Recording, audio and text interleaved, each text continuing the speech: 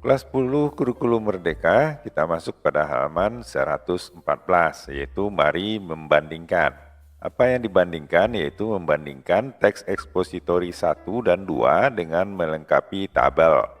Nah, di sini ada pernyataannya, apakah yang diklaim atau dinyatakan oleh si autor atau si penulis. Nah, di ekspositori 1 yang dinyatakan oleh penulis yaitu grafiti adalah sudah dianggap sebagai seni.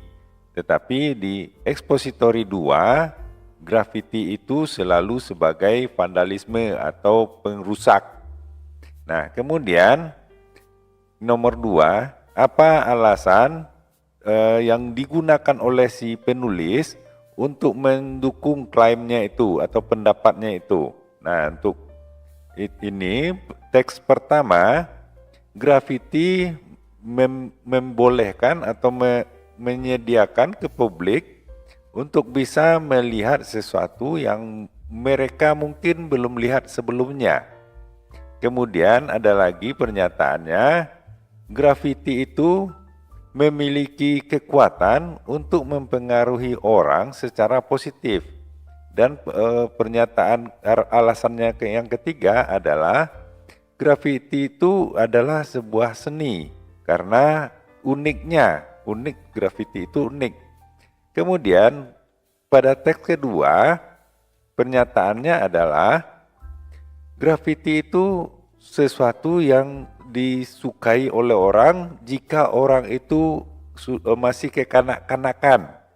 Nah, itu dia. Yang kedua, grafiti itu karakteristik paling menonjol dari grafiti itu adalah sebuah kejahatan. Jadi kalau ada grafiti artinya di sana ada kejahatan. Nah, itu pernyataan yang disampaikan oleh teks kedua. Kita lanjut pada pernyataan berikutnya. Apa bukti-bukti yang dimasukkan atau disertakan oleh si penulis? Nah, ini bukti-buktinya. Pada teks pertama, mereka bisa, artinya grafiti itu ya, mereka bisa membuat sebuah bangunan tua yang sederhana atau sebuah seni yang biasa-biasa saja yang berada di bagian atau di dinding sebuah bangunan dan menjadikannya menjadi sebuah mahakarya dengan menaruh tanda mereka di sana, artinya membuat grafiti di sana di bangunan tersebut. Kemudian yang berikutnya, orang-orang akan tetap bertahan dan menonton kamu melukis selama berjam-jam. Bahkan seringkali mereka akan tetap berada dan memperhatikan, tidak pernah sekalipun beranjak dari tempat mereka berada. Jadi mereka menikmati artinya itu ya. Kemudian grafiti bisa dibuat dengan berbagai macam materi atau bahan-bahan yang berbeda. Tetapi yang paling umum, bentuk umumnya dibuat dengan menerapkan cat pada dinding bangunan.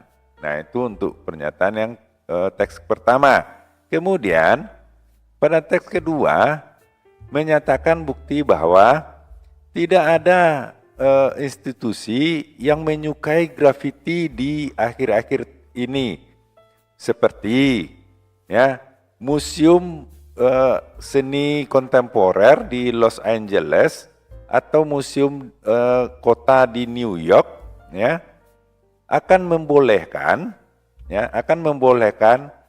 barang-barang atau bangunannya untuk dicoret-coret bahkan untuk sebentar saja.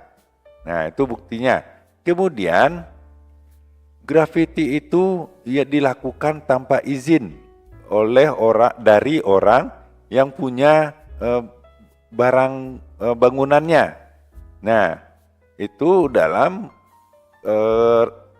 sudut pandang pada si remaja. Kemudian bukti berikutnya, John Lindsay, ya, politisi progresif di New York yang menjadi wali kota dari tahun 1966 hingga 1973 menyatakan perang terhadap grafiti di tahun 1972. Nah, itu dia ke pernyataannya. Kemudian pernyataan berikutnya, apa yang disampaikan oleh si pengarang sebagai penutup. Nah, ini penutupnya. Ya, pada teks pertama, lantas sebagai bagian dari ke masyarakat yang ada, setiap orang harus berusaha untuk mengedukasi dirinya terhadap keorisinal atau asal muasal grafiti dan bagaimana grafiti itu berevolusi hingga hari ini. Jadi untuk orang-orang harus belajar untuk memahami grafiti itu maksudnya. Kemudian pada teks kedua, sebagai akhir, tidak ada perkembangan tentang membolehkan fasilitas publik untuk dicoret-coret dengan alasan grafiti. Nah, siapapun yang akan menghindari taman-taman yang banyak grafitinya atau dibombardir oleh grafiti, maksudnya di semua tempat di taman itu ada grafitinya. Nah, mereka akan menghindari, atau juga di tempat jalan-jalan umum, ya tentu akan dihindari jalan-jalan tersebut. Sejak tagging itu atau grafiti itu menunjukkan bahwa sebuah area itu didominasi oleh para pengrusak yang barangkali bisa jadi juga terlibat pada kriminal-kriminal yang lainnya. Nah, barangkali itu dulu untuk ya masih ada satu lagi. Nah, mari diskusikan.